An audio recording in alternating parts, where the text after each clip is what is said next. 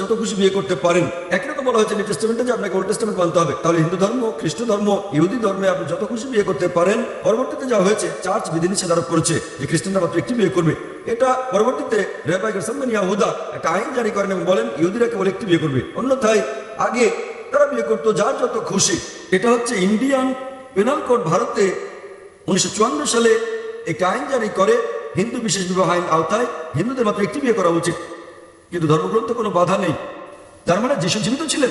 Church আপনাদেরকে যা বলছে সেটা ভুল। আপনি কি চার্চ না যিশু খ্রিস্টকে তারপর শান্তি প্রসঙ্গে বিশ্বাস করবেন? বাইবেল বলছে যিশু মারা গেছেন। কোথায় বলেছে আমাকে রেফারেন্স দেন। আমি না না এই ব্যাপারে আমি জানি না। কিন্তু আপনি জোনা নিদর্শন সম্পর্কে জানেন, হ্যাঁ কিনা? হ্যাঁ, মাছের পেটে জোনা মৃত ছিলেন না জীবিত ছিলেন? জীবিত ছিলেন। তাহলে যিশু খ্রিস্ট কি পৃথিবীতে জীবিত না মৃত থাকা উচিত? কেন এটা বাইবেল উল্লেখ নেই যে তিনি জীবিত ছিলেন? এটা উল্লেখ আছে। কোথায় বলা হয়েছে তিনি মারা গেছেন? এটা ধরে দেওয়া হয়েছে। রোমান সৈন্যরা ভেবেছিল তিনি মারা গেছেন। তারা একটা এলাকায় সন্ধান করে